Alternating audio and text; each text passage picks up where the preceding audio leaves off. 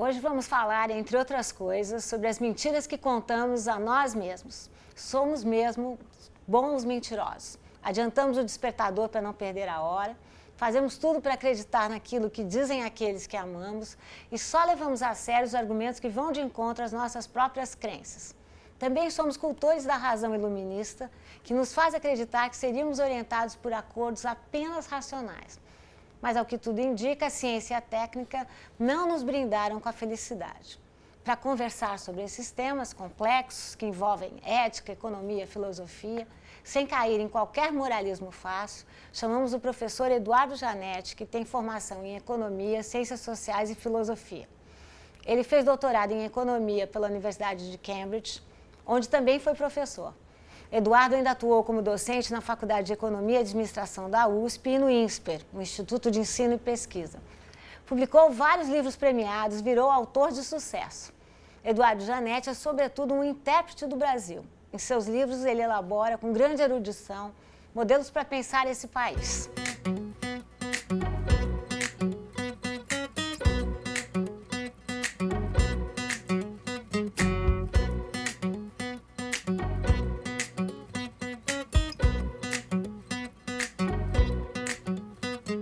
Muito obrigada, Eduardo. Para mim, é um motivo de uma imensa felicidade para mencionar o nome de um de seus livros, conversar aqui contigo sobre os temas da ordem do privado, mas também do público. Um prazer estar aqui, alegria. Eduardo, vou retomar aqui um tema que eu já mencionei na minha apresentação. Nós somos mesmo pessoas que se auto-enganam? E quais são os limites e problemas desse tipo de imagem? Eu penso aqui nessa imagem autorreferida, tanto em termos pessoais como em termos da nossa cidadania. Olha, eu era muito jovem, Lili, eu li uma passagem do Nietzsche que dizia que a principal mentira é aquela que nós contamos para nós mesmos. Mentir para os outros é exceção. E isso nunca mais saiu da minha cabeça. Isso foi lá no final dos anos 70. Elaborando e aprofundando esse assunto, eu me dei conta que tem uma simetria entre mentir para si mesmo e mentir para os outros. Ao mentir para os outros, você precisa estar extremamente consciente do que você está fazendo, até para você não ser pilhado. Você precisa tomar muito cuidado. Ao mentir para si mesmo, você não pode estar consciente do que você está fazendo, porque senão você não acredita Não se convence. na mentira que você conta para você mesmo. Então, é um território muito curioso da capacidade do cérebro de se ludibriar a si mesmo. E, no entanto, isso acontece. Isso é geral? Ou no Brasil você encontraria uma questão de escala diferente? Eu acho que diferentes culturas têm propensões diferentes ao auto-engano, mas é um traço universal da humanidade. Ok. Os gregos já provocavam isso no templo de Apolo, aquela inscrição "Conheça-te a ti mesmo". Certo. Não se engane a respeito de quem você é e do que você é. O fato é que nós nunca somos para os outros aquilo que nós somos para nós mesmos. Ok. Bom, nos seus livros também você trata de uma questão muito importante, retomando o tema da autoimagem, que é de que maneira o nosso progresso científico e tecnológico levou ou não levou a um outro tipo de desenvolvimento, ou seja, numa vertente, sim, mudamos muito. Em outra, o progresso, a racionalidade teria levado a uma decadência moral do homem moderno. Existe uma linhagem na história das ideias que atribui à ciência e à tecnologia algum tipo de retrocesso ético da humanidade. É a linhagem a que pertence Lucrécio, poeta latino, Rousseau, é um grande representante. Eu acho difícil fazer essa afirmação porque não há uma métrica bem definida do que seria progresso ou retrocesso no campo da ética. Agora, eu vou ao ponto de dizer que a ciência e a tecnologia do mundo moderno prometiam muito mais do que propiciaram à humanidade. Do que entregaram. A ciência prometia banir o mistério do mundo, elucidar a condição humana e o sentido da vida, e o que ocorreu foi exatamente o contrário. Quanto mais avança a ciência, mais impenetrável fica a situação do homem no universo. E nós vamos sendo reduzidos a uma espécie de inseto, né? Que não tem sequer autonomia nas escolhas que faz. Se você for para o limite da neurociência hoje, mostrando que quando a gente acredita que faz alguma coisa, na verdade é alguma coisa em nós que nos faz acreditar que achamos que estamos fazendo. E a tecnologia tem um outro paradoxo fundamental. A tecnologia prometia à humanidade um controle do mundo natural e submeter a natureza aos desígnios e aos caprichos e à satisfação das vontades humanas. Só que o avanço dessa tecnologia ameaça agora um tenebroso descontrole das bases naturais da vida. Aquecimento global não é outra coisa, senão aprendiz de feiticeiro. Aquela natureza que prometia submeter, aquela tecnologia que prometia submeter a natureza, escapando do controle e gerando forças que ela própria não é capaz de controlar. Dentro dessa discussão de o que é da natureza e o que é da cultura, né, o Eduardo tem uma série de livros importantes, um deles ele faz uma história dos juros, né? Que também é interessante. Eu vou aqui te perguntar, juro é um fenômeno da natureza? É como a gravidade, a fotossíntese, como que é? O juro é uma forma particularizada de um fenômeno que permeia toda a cadeia da vida e que é a troca no tempo. É parte da lógica da vida. Todas as situações que envolvem algum tipo de sacrifício no presente para ter um benefício futuro, implicitamente você tem juros. Você tem um termo de troca entre presente e futuro. Então, quando você ingere alimento numa quantidade maior do que você precisa para o seu uso corrente, e o seu corpo, sem te pedir licença, armazena aquilo para uma contingência futura, isso é uma troca no tempo. Você vai ter um custo de carregamento, você vai ter que manter no presente e vai ter um benefício futuro se eventualmente você passar fome. No ambiente arcaico, isso tinha uma lógica muito poderosa, tanto que entrou no DNA. Agora, o juro, tal como nós o conhecemos, é uma forma muito particularizada dessa troca no tempo em mercados formais envolvendo o uso do dinheiro. Mas o que eu tento mostrar é que isso tem raízes no mundo natural. Eduardo apoiou abertamente a candidatura da Marina Silva e me parece, você me corrija, que teve uma participação muito especial por detrás da noção de rede, que animou o debate. Eu queria ouvir você falar um pouquinho mais de rede e dos impasses que nós estamos vivendo nesse momento, né, por conta do revezamento quase natural, já vimos que nada é natural, dos partidos políticos.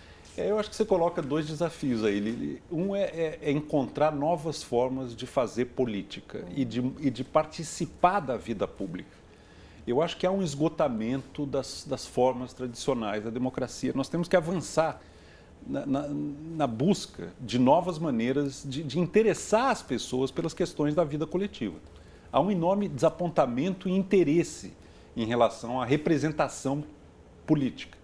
Como é que nós vamos recuperar o fazer político ampliando essa participação e mobilizando as pessoas para uma vida cívica relevante? Desapontamentos generalizados, a posição Eu acho que no mundo inteiro. No Brasil vai um pouco mais longe, de novo, como no auto-engano, né? Porque aqui as coisas acabaram se caminhando de uma maneira muito ruim no período mais recente. Houve um certo otimismo exagerado alguns anos atrás e agora nós estamos também oscilando para um enorme pessimismo em relação ao futuro e tudo mais.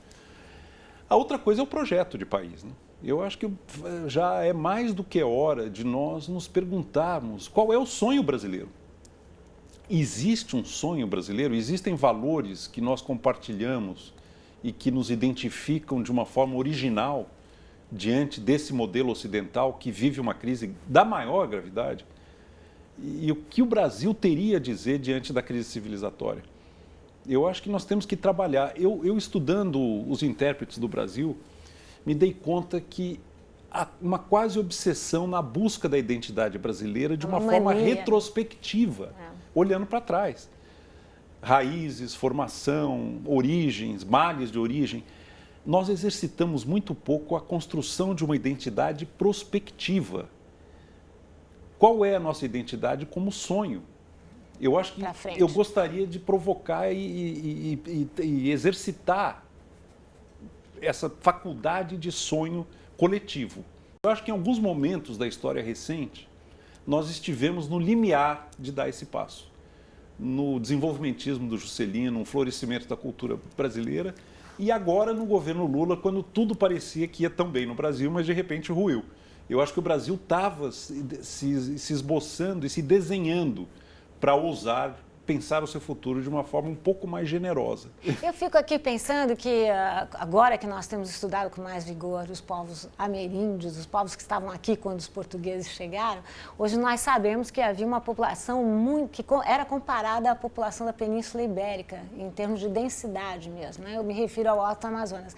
E eram povos em rede, conectados a partir de rituais que não eram canibais, ou seja, não tinham necessidades biológicas, mas eram antropofágicos, porque construíam cultura.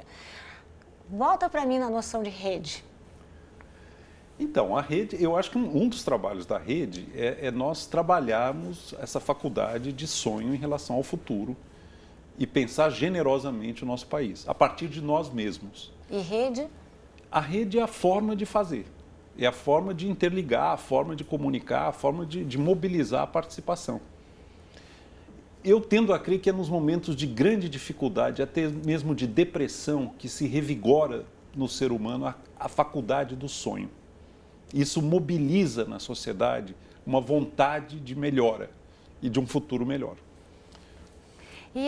Bom, eu introduzi a questão da antropofagia, vou voltar a ela por causa do seu mais recente trabalho, chamado Trópicos Utópicos. É quase uma trava-língua, né? Trópicos Utópicos, mas eu não errei. Ele pega a forma de aforismos, né? São sessões, né? A moda do Oswald de Andrade, não sei, você me dirá, mas para retomar a questão da nossa nacionalidade, né? Você estava falando dos nossos intérpretes, você que vai virando enfim, você não está olhando para o passado, então. Não, o livro termina com uma blague do Oswald de Andrade, mas que eu acho muito boa, né? Quando ele pergunta Tupi or not Tupi? That's the question.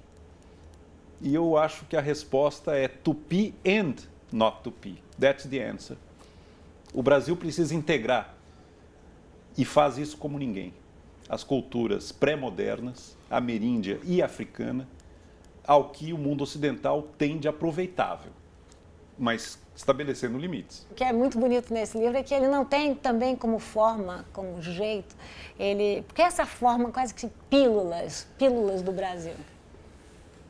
Eu encontrei isso para dar mais dinamismo ao trabalho e eu acho que o elemento surpresa ao passar de uma sessão para outra e poder fazer um encadeamento. Eu não inventei isso já estava no Feuerbach, já estava no Nietzsche, já está no Adorno, já está no Pascal. Tem toda uma linhagem na história do pensamento que encontrou nessa construção, nesse tipo de construção, um modo de apresentar ideias com um pouco mais de leveza, para não cansar o leitor. Ainda mais numa época como a nossa, em que a atenção das pessoas está muito fragmentada. E esse modelo me parece mais adequado, porque cada sessão é uma unidade que pode ser lida por si. Ela fecha. Certica. E ela não depende do que vem antes e do que vem depois. É lógico que tem estrutura, mas a coisa está encadeada de maneira que cada unidade tem algo a dizer por si. Bom, é um pouco assim que o Eduardo fala. Vocês viram que cada pergunta pode ter uma unidade em si. É uma alegria falar, uma felicidade ter conversado aqui com o Eduardo, que é uma pessoa que pratica um sonho brasileiro, né? E pratica essa filosofia que não volta, né? Não é só melancólica, mas tenta fazer valer essa ideia de que há um futuro aí que a gente tem que agarrar. Muito obrigada, Eduardo. Eu que agradeço. Prazer participar. A você de casa, eu queria agradecer pela audiência e só lembrar que todas as entrevistas dessa série estão no site futura.org.br/entrevista. É só clicar e acompanhar. Até a próxima. Tchau para vocês.